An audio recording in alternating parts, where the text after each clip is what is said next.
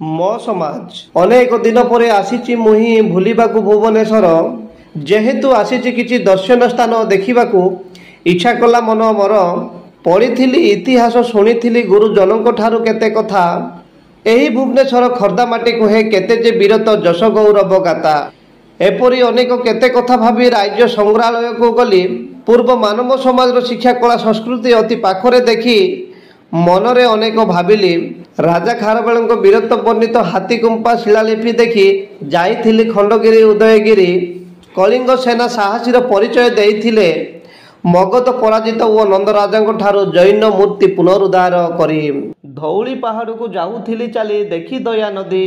किछि क्षण अटकी मु रही गली। एही दया नदी अछि ऐतिहासिक साक्षी सम्राट अशोक चंडाशोकरु धर्मशोक हेले बौद्ध धर्म पालन करी मंदिर मालिनी रे दर्शन कली राजा रानी लिंगराज और राम मंदिर आहा कि चारुकला मंदिर देहरे खदित गड़िला कहू कारीगर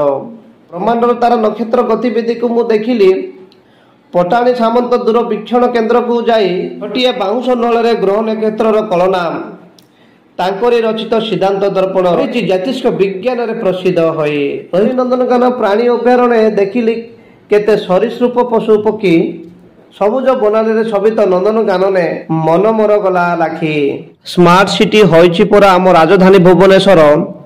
सारा सहर आधुनिकरण सुव्यवस्था करिसंती ओडिशार सरकार सबुठारु बेसी खुशी लागिला बरमुंडा पुराना बसस्टाण्ड नुआ रूप को देखी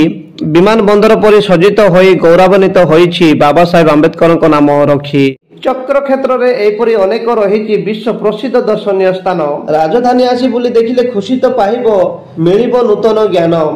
मो समाज मो परिवार।